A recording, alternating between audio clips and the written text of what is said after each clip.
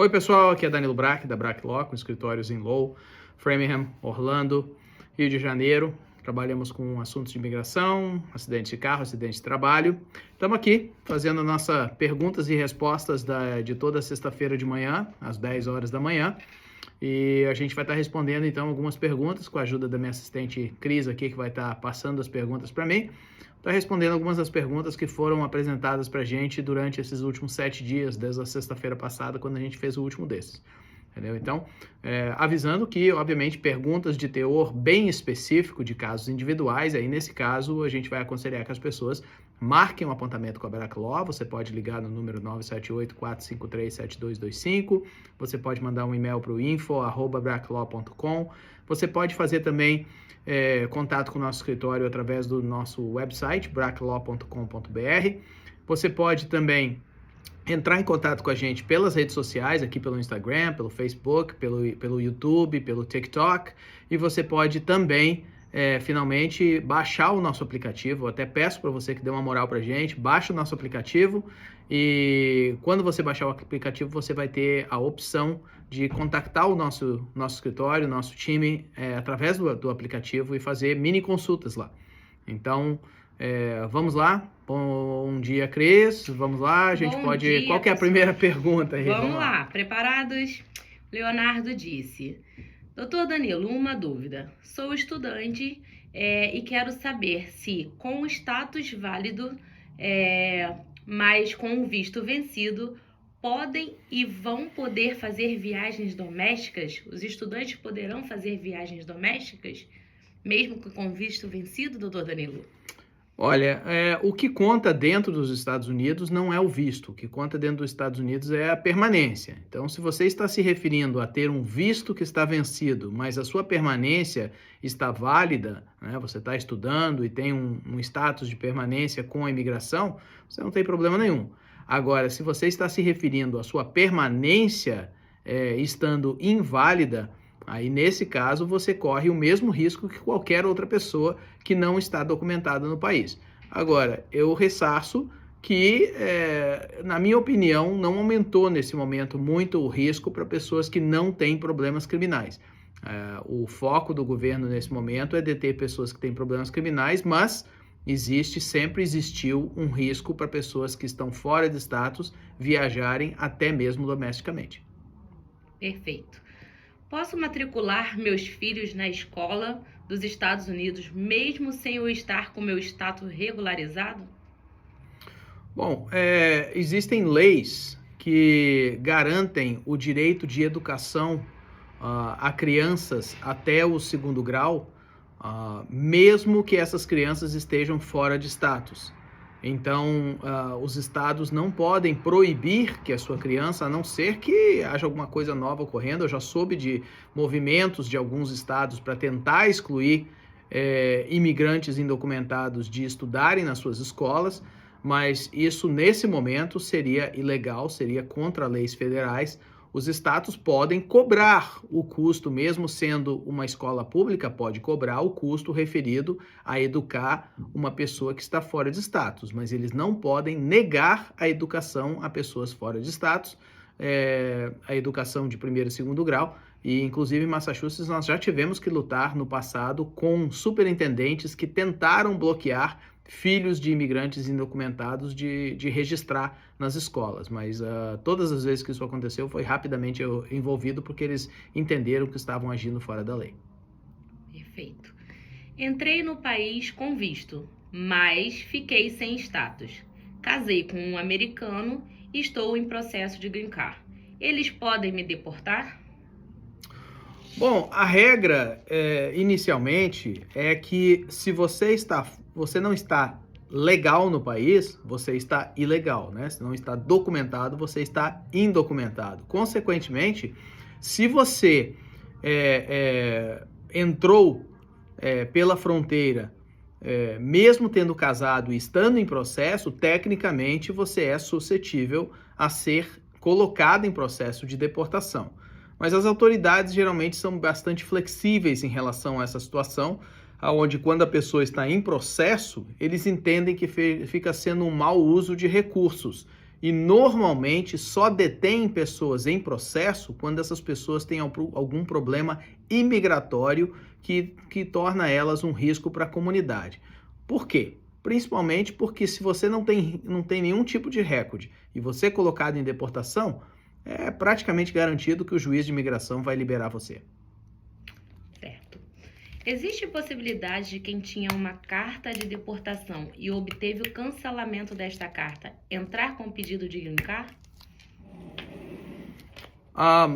Bom, ter uma carta de deportação e conseguir cancelar essa carta de deportação, até mesmo conseguir cancelar o processo de deportação, que são duas coisas, né, separadas. A carta de deportação é apenas, ou a ordem de deportação é apenas um resultado de um processo de deportação. Então, revertendo a ordem de deportação não quer dizer que o processo de deportação está cancelado, mas mesmo que as duas coisas sejam canceladas, você ainda assim tem que se encaixar numa lei que qualifique você a regularizar o seu status, né? Seja normalmente uma lei pelo casamento, ou então porque você tem um pai ou mãe que sejam cidadãos ou tenham green card, ou então, no caso, se você tiver um filho maior de 21 anos que seja cidadão americano. Então, nessas qualificações, você provavelmente teria um caminho para a legalização. Fora isso, as opções são muito limitadas. Apenas ter um processo de deportação cancelado não quer dizer que você vai legalizar. Aí tem que haver um caminho específico para isso.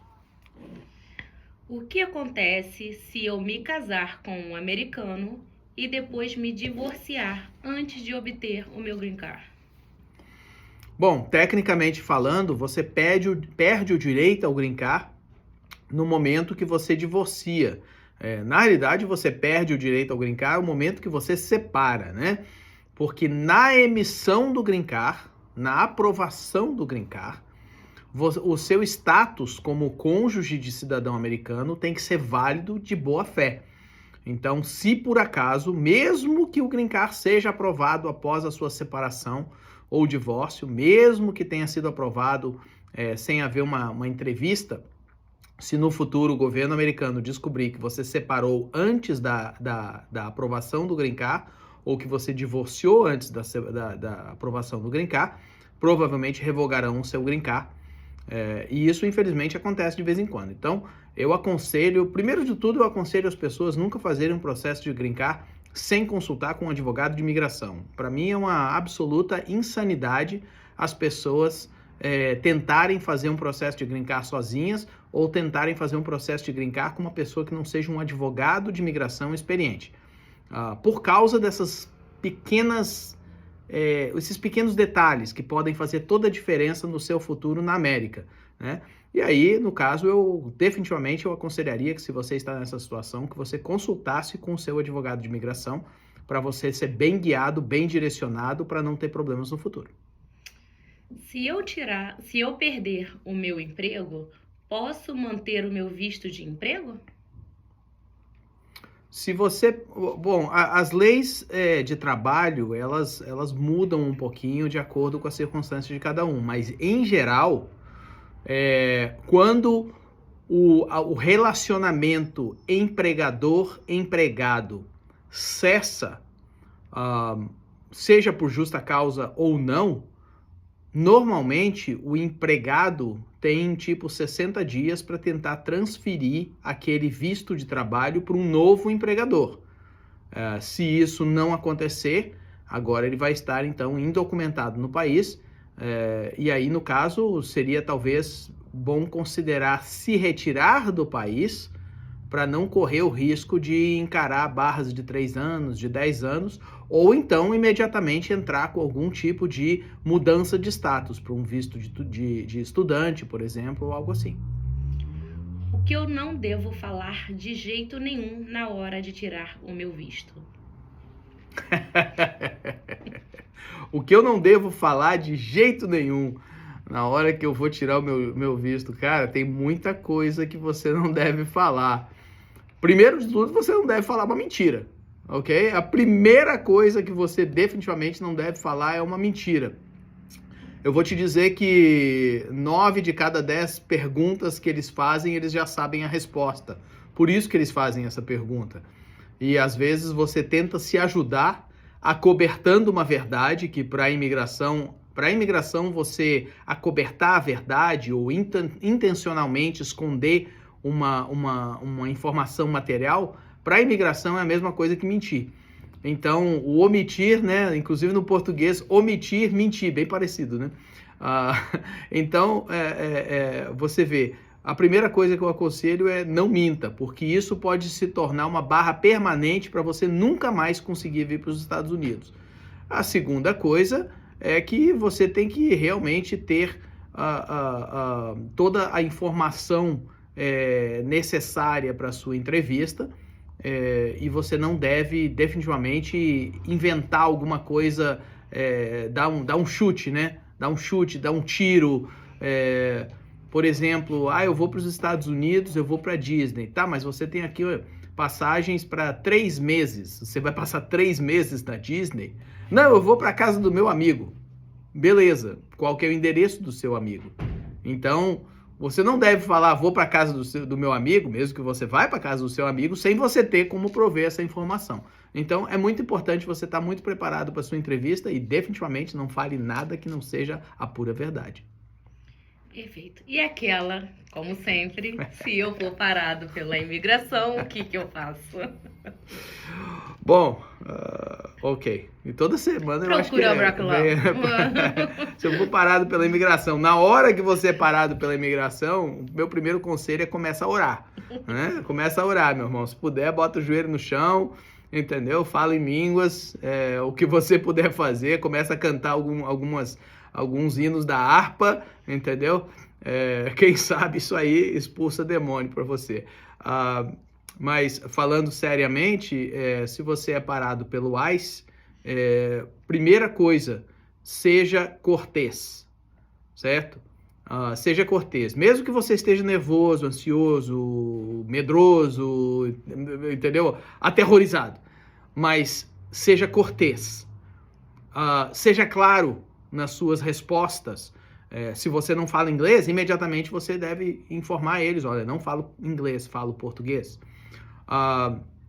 Seja honesto, ok? Seja absolutamente honesto. Eu conheço inúmeros casos de pessoas que foram paradas pelo ICE. Não estou falando de parado por polícia, mas estou falando de parados pelo ICE, e que por serem corteses, honestos, transparentes e não terem um problema criminal, o ICE liberou. E não estou falando de antes de 20 de janeiro, eu estou falando de inúmeros casos que eu ouvi desde 20 de janeiro, desde que quando mudou a administração e começaram essas buscas a imigrantes com problemas criminais. Desde então, eu ainda assim ouvi falar, já tive reportes, já tive testemunhos no meu escritório de pessoas que foram paradas pelo ICE, de que tiveram encontros no ICE, pessoas que tiveram o ICE dentro da sua casa, e o ICE, depois de checar todo mundo, a pessoa sendo cortês, bem educada, sendo honesta, o ICE literalmente dizendo, ok, beleza, vocês cooperaram com a gente não vai levar ninguém. Então, na minha opinião, eles têm esses poderes, absolutamente. Mas eu, por exemplo, sou completamente contra os rumores que correm na comunidade de dizer, não, você não deve dizer quem você é, você não deve dar o seu nome, você não deve dizer isso, não deve dizer aquilo. Isso, para mim, pessoalmente, eu acho que é uma fórmula de garantir que você vai ser preso. Se eles já estão interrogando você e você agora não quer prover informações, eu não consigo ver que eles vão deixar você ir embora. Na minha opinião, eles vão agora fazer uma prisão preventiva para levar você, tirar suas digitais e ver quem que você é e ver se você representa um risco para a comunidade ou não.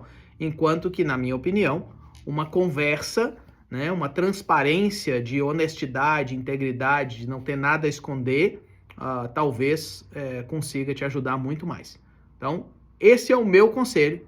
Eu sou completamente contra essas pessoas que ficam falando, porque você tem o direito de permanecer em silêncio. Quem tem o direito de permanecer em silêncio é uma pessoa que não queira falar porque ela não quer se incriminar. Imigração não é criminal. Então, tecnicamente falando, não tem esse negócio de você tem o direito de permanecer calado, entendeu? Direito de permanecer calado é para você não ser enquadrado criminalmente no processo, não necessariamente imigração. Imigração é muito simples. Se eles tiverem suspeita de que você está no país fora de status, eles têm o poder de deter você preventivamente. E como eles têm esse poder, se você não falar nada, não apresentar documentação, se recusar a conversar com eles, eu acho que é uma fórmula praticamente garantida de que você vai ser preso. Então, esse é o meu conselho. Coopere com as autoridades e deixa Deus cuidar do resto. Por hoje é só, pessoal. Por hoje é só. Beleza, 100%. Então, sextou, pessoal. Um abraço, Deus abençoe todos. Hoje foi só algumas perguntinhas aqui. A gente excluiu algumas coisas, e sempre eu excluo algumas coisas, porque acontece que muita coisa é respondida nas nossas publicações da Braclaw. Então, eu falo para vocês que talvez vocês tenham muitas perguntas sobre algumas coisas que aconteceram durante a semana, sobre prisões, transferências, notícias que correram por aí. A gente publica muita coisa sobre isso na Braclaw, no aplicativo da Braclaw. Então, eu aconselho vocês duas coisas. Primeiro, dá uma moral pra gente. Baixa o aplicativo da Braclaw. Você vai ficar sabendo muita informação que a gente não respondeu aqui nesse vídeo. E a outra coisa que eu peço é dar um like aí, subscreva nos nossos canais. Não esquece de subscrever no nosso canal, registrar no nosso canal no YouTube. A gente está tentando levantar o canal do YouTube da Braclaw. O canal do YouTube da Braclaw, ele tem menos limitações e menos censuras do que nós temos no Instagram e no Facebook, e assim você vai estar sempre bem informado, porque aqui na Braclaw a gente tem esse compromisso de passar a informação imparcial e a informação correta para você, e bem contrário do que você anda ouvindo aí por aí pela comunidade. A gente continua desmistificando rumores aqui na Braclaw. Então, muito obrigado a todos, Deus abençoe todos, um bom fim de semana.